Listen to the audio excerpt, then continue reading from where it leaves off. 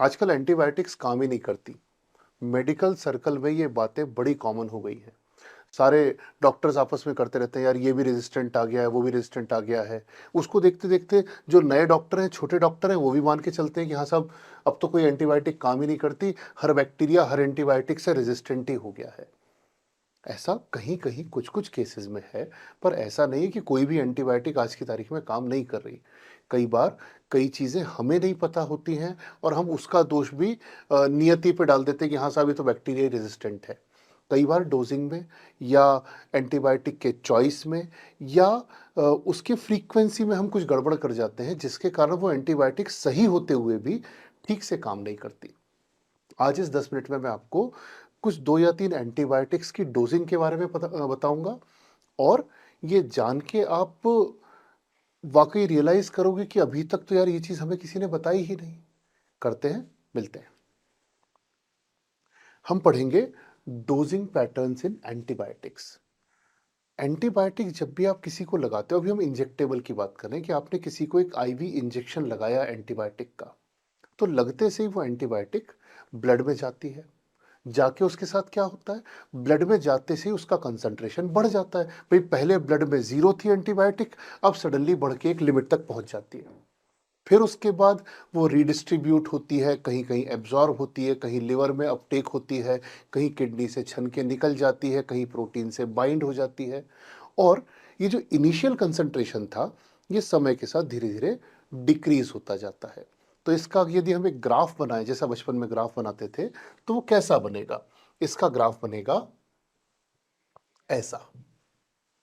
आपने एंटीबायोटिक दी, अभी बिल्कुल भी नहीं है बॉडी में, एंटीबायोटिक सडनली सडनली ऊपर गई, ब्लड में उसका कंसंट्रेशन बढ़ गया, बहुत सारा बढ़ गया। फिर थोड़े समय के बाद उसका कंसंट्रेशन डिक्रीज होना शुरू हुआ और नीचे आते आते आते आते थोड़े समय में, समय के साथ साथ ये कंसंट्रेशन डिक्रीज होके 0 पे आ गया। तो ये उसका पीक कंसंट्रेशन हुआ।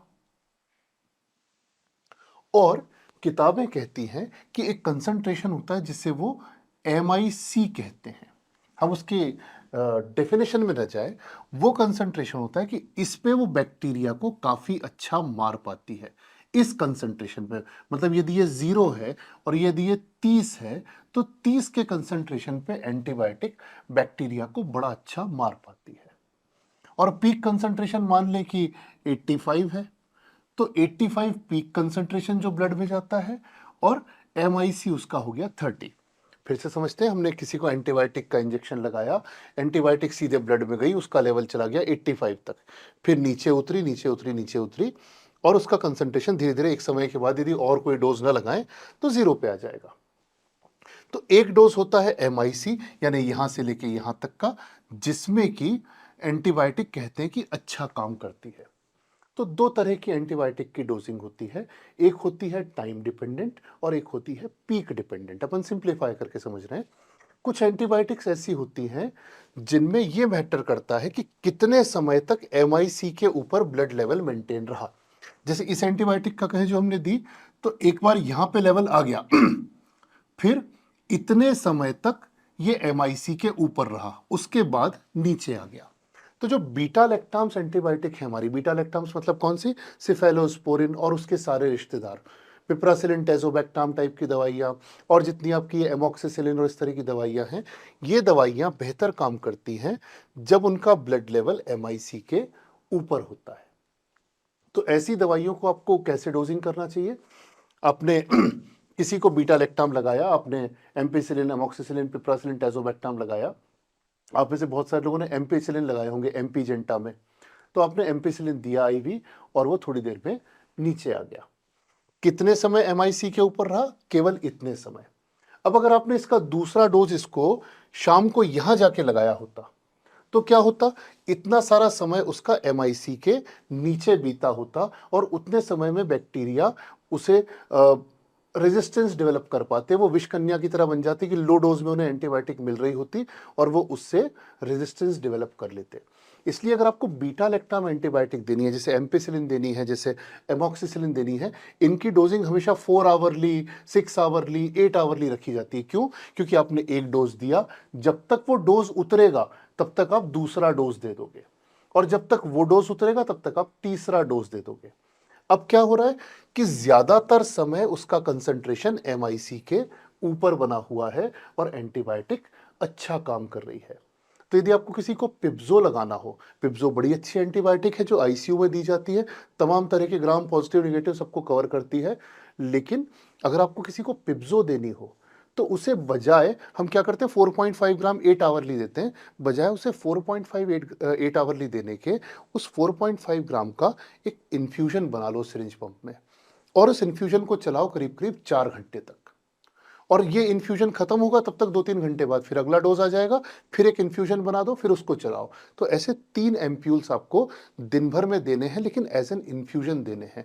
अपने ICU में ये प्रैक्टिस करके देखो, आपको रिजल्ट्स मिलेंगे, आपको रियलाइज होगा कि आपकी वही एंटीबायोटिक बिल्कुल बेसिक वाली पिप्जो अच्छा काम कर रही है। आपको मीरोपेनेम और टीजीसाइक्लिनो की नहीं जरूरत पड़ेगी, पेशेंट का भी पैसा बचेगा, रेजिस्टेंस भी बचेगा आपका। तो बीटा लैक्टाम्स हुई, वेंकोमाइसिन हुई, ये सारी जो सेल वॉल वाली कॉमन एंटीबायोटिक्स हैं, ये सब मल्टीपल डोजिंग में बेहतर काम करती हैं। इसी के मुकाबले हम कई बार उल्टा करते हैं, जैसे अमीनोग्लाइकोसाइड्स हुई, आपकी अमीकासिन हुई, ये दवाई हमेशा बेहतर काम करती है उसके पीक कंसंट्रेशन से, कि भले एक ही बार आए, भले थोड़ी ही देर को आए, पर इसकी किलिंग डोज डिपेंडेंट होती है। पिछले वालों की किलिंग टाइम डिपेंडेंट थी कि कितने समय तक MIC के ऊपर ब्लड लेवल मेंटेन रहा। अमीकासिन की डिपेंड करती है कि कितना पीक गया, और हम लोग क्या करते हैं, यार अमीकासिन नेफ्रोटॉक्सिक है तो इसे हम एक साथ बहुत सारा नहीं देते, अपन थोड़ा थोड़ा करके देंगे, अपन 250 2 बार देंगे बजाय 500 एक बार देने के। अब जो दवाई काम कर रही थी उस डोज पे, उसके यदि आपने 2 टुकड़े कर दिए और छोटे छोटे से 2 डोज दे दिए, तो उसका पीक कभी पहुंचा ही नहीं, और वो उतना अच्छा इफेक्टिव काम करेगी ही नहीं। तो अगर आपको अमीकासिन देनी है, पेशेंट की किडनी अच्छी है, तो उसे प्रेफरेबली सिंगल डोज में जो भी दिन भर का बन रहा है वो एक बार में दो, OD डोज में दो, बजाय उस डोज के 2 टुकड़े करके BD देने के। उसकी बजाय यदि आपको बीटा लैक्टाम्स देने तो दिन में 3 बार दो, प्रेफरेबली इन्फ्यूजन चला के दो। एम्पिसिलिन अगर IV देनी है तो 4 आवरली देनी है। एक और मजेदार एंटीबायोटिक है, बहुत कॉमनली यूज होती है, दैट इज एजिथ्रोमाइसिन। उसका ओरल डोज की बात करूंगा। उसकी डोजिंग में एक विशेष बात है, एजिथ्रोमाइसिन की वैसे भी हाफ लाइफ भी अच्छी होती है, करीब 68 आवर्स की होती है, और एजिथ्रोमाइसिन WBC में ऑटो रिक्शा की तरह बैठ जाती है और WBC के साथ साथ घूमती रहती है। तो आपने दवाई देना बंद भी कर दी हो, उसके बाद भी एजिथ्रोमाइसिन अच्छे से काम करती रहती है। तो इसकी डोजिंग आप करते हो 3 दिन तक। आपने देखा होगा एजिथ्रोमाइसिन के जितने भी पत्ते आते हैं वो सब 3 गोली के आते हैं। आप उसको देते हो 3 दिनों तक, लेकिन वो WBC में बैठे बैठे घूमती रहती है 7 दिनों तक। तो वो 3 दिन की एंटीबायोटिक 7 डेज तक काम करती है। तो आगे से आपको क्या करना है कि जब भी आपको किसी को बीटा लैक्टाम्स लगाने हैं तो हमेशा फ्रीक्वेंट डोजिंग में देने हैं, चाहे वो एम्पिसिलिन, एमॉक्सिसिलिन, ऑगमेंटिन टाइप की चीजें हों। पिपरासिलिन, टेजोबैक्टाम दे रहे हो तो प्रेफरेबली इन्फ्यूजन पंप से दो। अमीकासिन और उसके जैसी एंटीबायोटिक्स को, फ्लोरोक्विनोलोन्स को प्रेफरेबली सिंगल डोज में दो। लीवोफ्लॉक्सासिन सिंगल डोज में दी जाती है, अमीकासिन को सिंगल डोज में दो, और एजिथ्रोमाइसिन को केवल 3 दिन दो, और तो भी वो 7 दिनों तक काम करेगी। तो इसी तरह के बहुत सारे वीडियोस में अपने एप्लीकेशन पे डालता रहता हूँ। मेरा एक ऐप है जिसका नाम है क्लिनिकल गुरुजी। उस पे आप जैसे 1,19,000 डॉक्टर इस समय पढ़ रहे हैं। मेरे तमाम तरह के कोर्सेज हैं, एंटीबायोटिक के, ECG के, जनरल प्रैक्टिस के, ICU के, जिसमें आप ही के जैसे बहुत सारे डॉक्टर्स पढ़ाई करते हैं। मेरे ज़्यादातर लेक्चर्स में इसी प्रकार हिंदी अंग्रेजी मिक्स करके उपयोग होता है, और किसी भी कॉम्प्लिकेटेड कंसेप्ट को सिंप्लीफाई करके 5-10 मिनट में पढ़ाने की कोशिश की जाती है।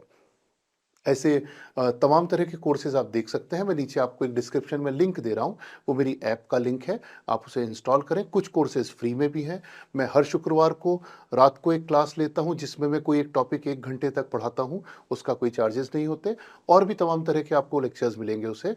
तो यदि आपको ये लेक्चर अच्छा लगा हो तो एक बार मेरी ऐप पे ज़रूर होके आए, लिंक नीचे डिस्क्रिप्शन में दिया है।